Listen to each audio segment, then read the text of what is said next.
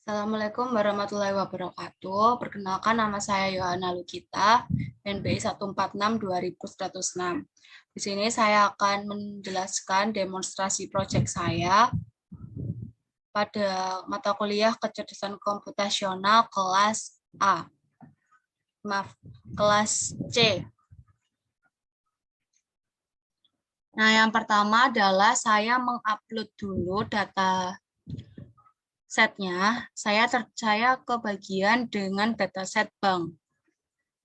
Saya upload dan saya simpan di dalam sebuah variabel bernama dataset dan saya juga memanggilnya. Ini outputnya.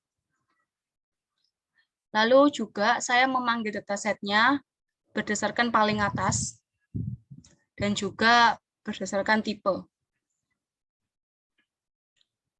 Lalu saya buat sebuah grafiknya dengan mengimpor sebuah library matplotlib. Ini juga sisanya. Lalu saya membuat sebuah variabel X yang menyimpan data dari dataset yang berjudul umur dan balance. Yang Y juga, dia akan menyimpan data dari dataset yang berjudul previous. Lalu saya print. Dan ini hasilnya. Nah, setelah itu saya membaginya menjadi data training dan data test. Yang dimana hal pertama adalah saya imporkan dulu library-nya. Lalu saya definisikan sebuah variabelnya. Lalu saya panggil data trainingnya dengan nama xtrain, variabel xtrain, dan untuk y-nya juga ytrain. Ini untuk hasilnya. Sama seperti data train, data test juga saya panggil untuk x-nya itu xtest dan y-nya ytest. Nah, untuk metodenya sendiri itu saya menggunakan genetic algoritma. Jadi saya imporkan dulu. Lalu saya inisialisasi. Yang dimana npop 5 ini itu merupakan populasinya sebanyak 5 dan n bits 3 ini merupakan 3 bit atau 3 data, 3 orang. Lalu saya menggunakan fungsi random integer yang digunakan untuk membuat batasan secara random. Di function random integer ini akan tersimpan dalam variabel pop. Maka akan saya print popnya tadi. Lalu ini hasilnya. Nah, untuk selanjutnya itu saya mengimportkan numpy lagi. Tapi ini from numpy random untuk import random integernya dan from numpy random untuk mengimpor randomnya tadi.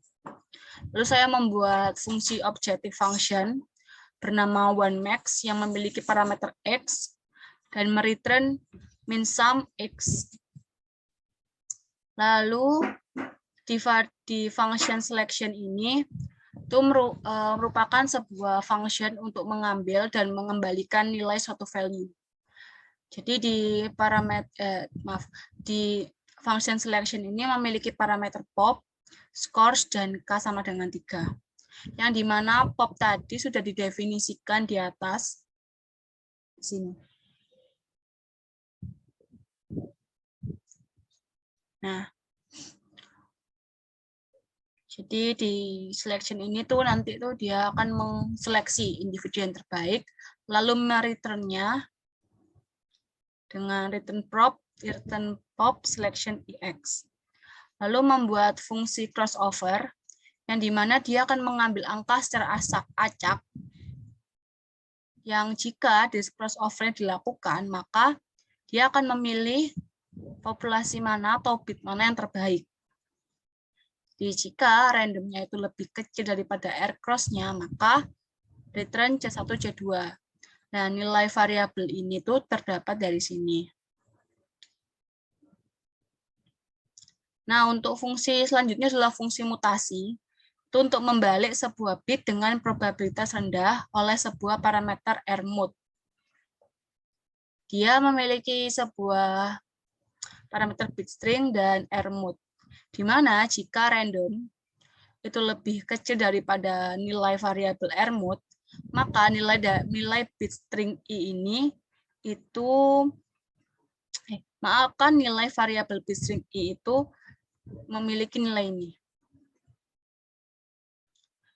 Dan untuk algoritma genetiknya itu ada beberapa parameter bernama objektif, n-bits, n-iter, n_pop, r_cross, r_move.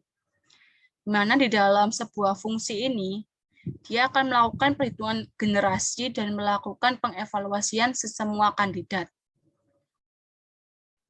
Jika telah selesai melakukan pengevaluasian, dia akan mengeprint atau mencetak hasilnya dengan nama hasil baru yang terbaik dan dengan diikuti oleh nilainya tadi.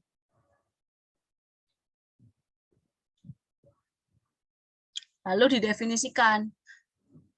Untuk n_iternya itu saya definisikan 100, jadi iterasinya 100, n-bitsnya populasinya 20, bitsnya 20, populasinya 100, r_cross-nya 0,9, r_move-nya 1,0, float n-bits.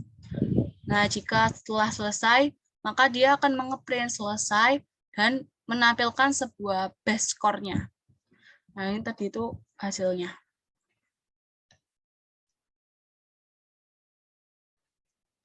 Nah, untuk penerapan algoritma genetika selanjutnya, itu saya imporkan kembali NumPy random rand_in from NumPy random import rand, sama seperti di atas. Dan ini membuat fungsi objektif, yang dimana ada function objektif dengan parameter X yang mereturn hasil X-nya dengan ini. Lalu membuat fungsi decode, yang dimana fungsi decode ini akan membawa parameter bounds, n-bits, dan bit string. Jadi dia itu untuk mengkonversi bit string menjadi char dan mengkonversi string to integer. Jadi hasilnya tadi itu nanti dia return dengan nama variabel decode. Lalu membuat fungsi selection untuk mencari individu yang terbaik. Jadi fungsi selection ini itu berisi untuk mencari individu yang terbaik. Jika skor IX itu lebih kecil daripada skor selection.ix, maka variabel selection IX itu memiliki nilai atau diisi nilai oleh IX. Dan return pop selection_ix. Lalu membuat fungsi crossover, yang dimana di fungsi crossover ini itu dia memiliki permisalan jika random itu lebih kecil daripada r_cross, maka returnlah variabel C1 dan C2 yang memiliki nilai ini. Membuat fungsi mutasi, diff mutation.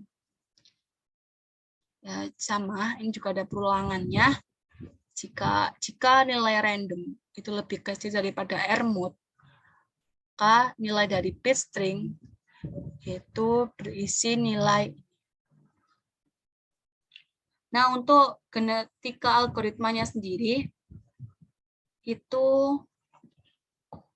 def genetik algoritma objektif, bounds, n-bits, n-iter, n_pop, r_cross, r_move. Di mana pop sama dengan rand_in, jadi nilai variabel pop itu diisi dengan ini, dan variabel base dan base eval juga diisi oleh ini.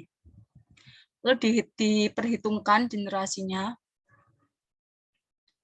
dan melakukan pengevaluasian semua kandidat.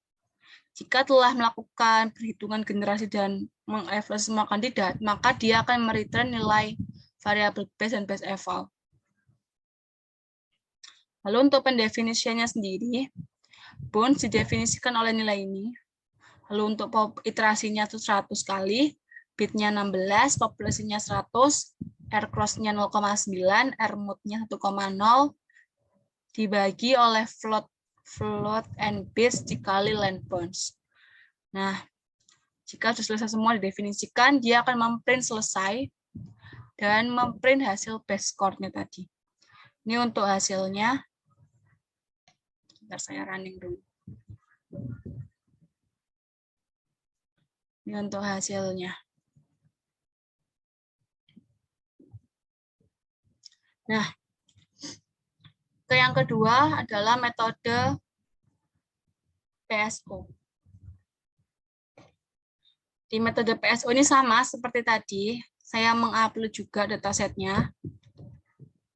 Ini saya skip dulu, langsung ke metode PSO. Di metode PSO ini, itu dia bertujuan untuk menemukan titik minimum dari sebuah fungsi. Nah, ini import dulu library-nya. Yang digunakan adalah library NumPy, Matplotlib, dan random.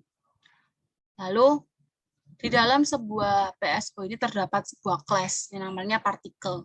Di dalam sebuah class particle itu terdapat sebuah 3 fungsi yang bernama init, str, dan move.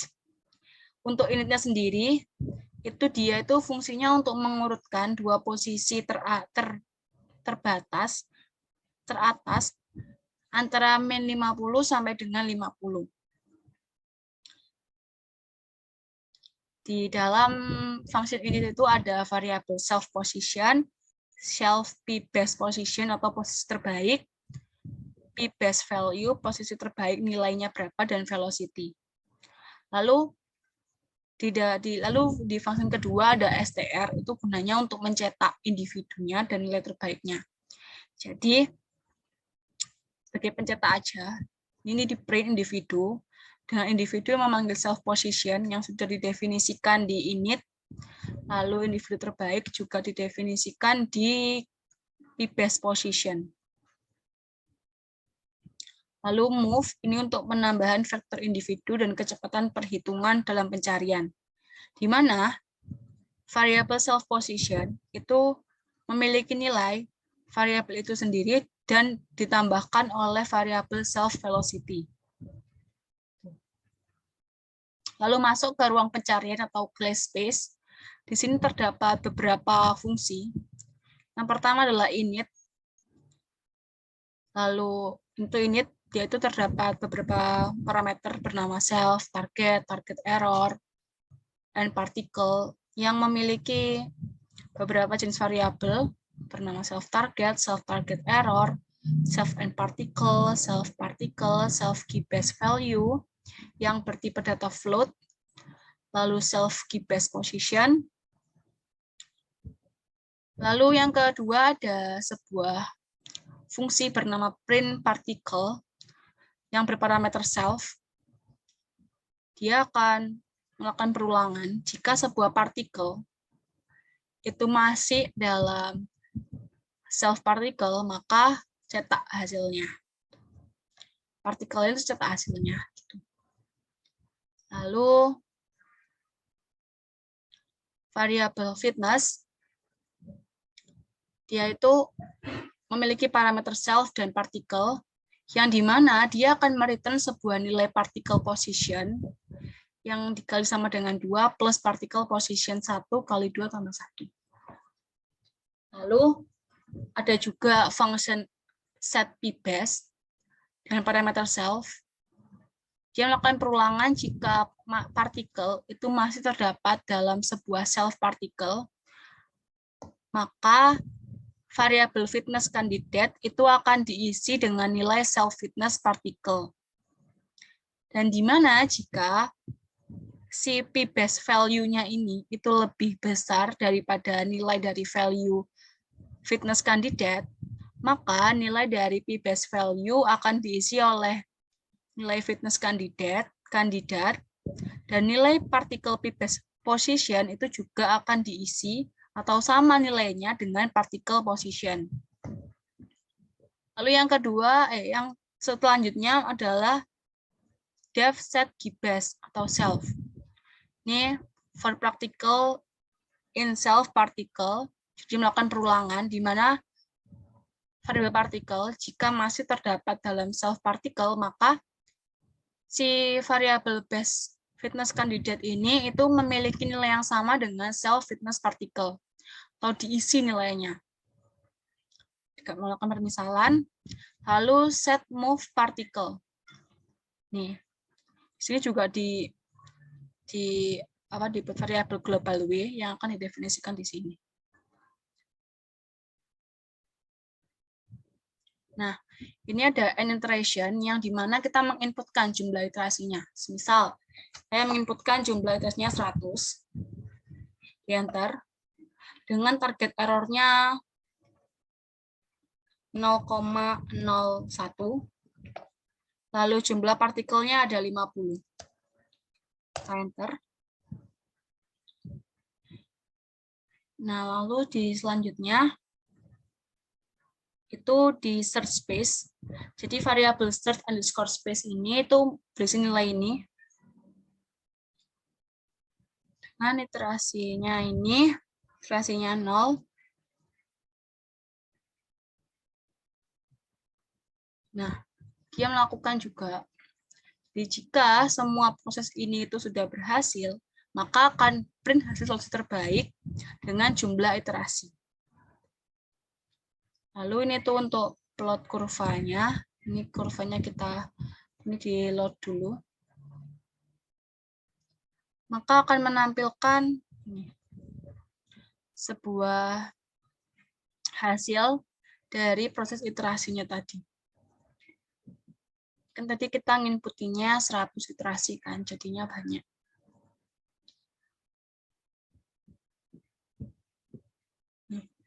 Jadinya seperti ini. Lanjut ke metode selanjutnya yaitu RL. Di metode RL ini itu penerapan sebuah game taksi dalam metode reinforcement learning. Yang pertama adalah kita install dulu PIP-nya.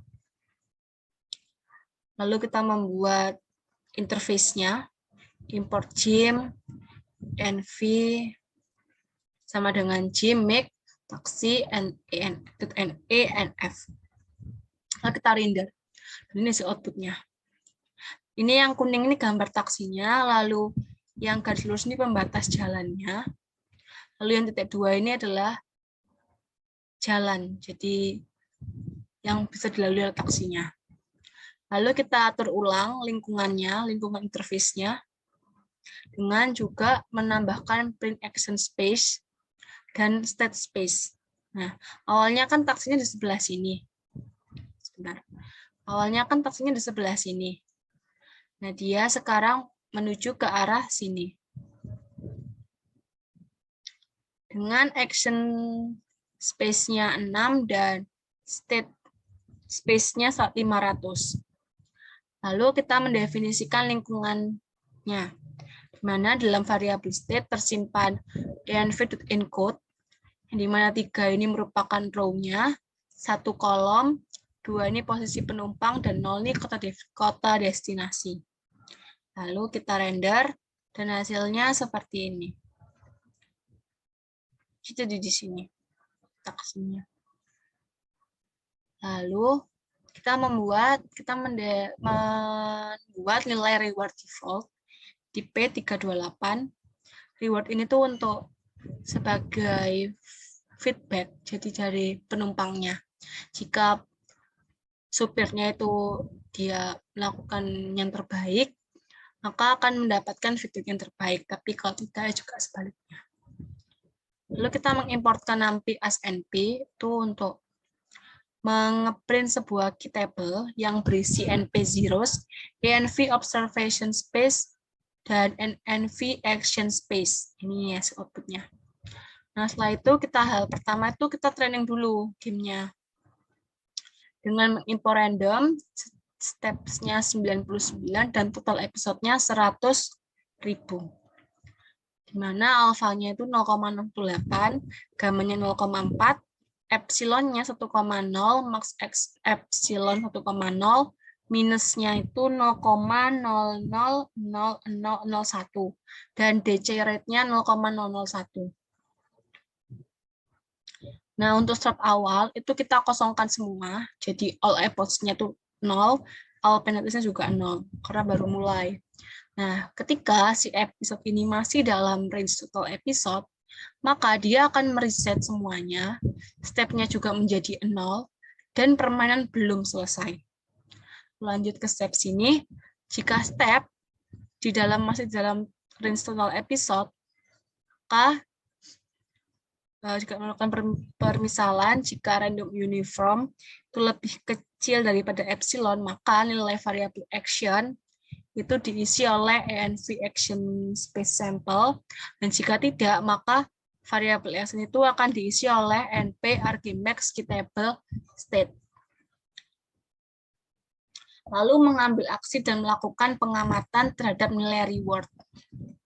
Seperti ini. Dan menjalankan tindakan yang dipilih. Tindakan yang tadi itu dijalankan. Nah, jika tindakan tadi sudah dijalankan dan telah selesai, maka dia akan di-break dan melakukan pengurangan nilai epsilon karena ingin melakukan eksplorasinya sedikit mungkin. Gitu. Jadi di variabel epsilon ini itu ada sebuah nilai minus epsilon plus max epsilon dikurangi minus epsilon dikali np exp dikeret kali episode. Nah, jika episodenya itu 100 sama dengan 0, clear output wait true.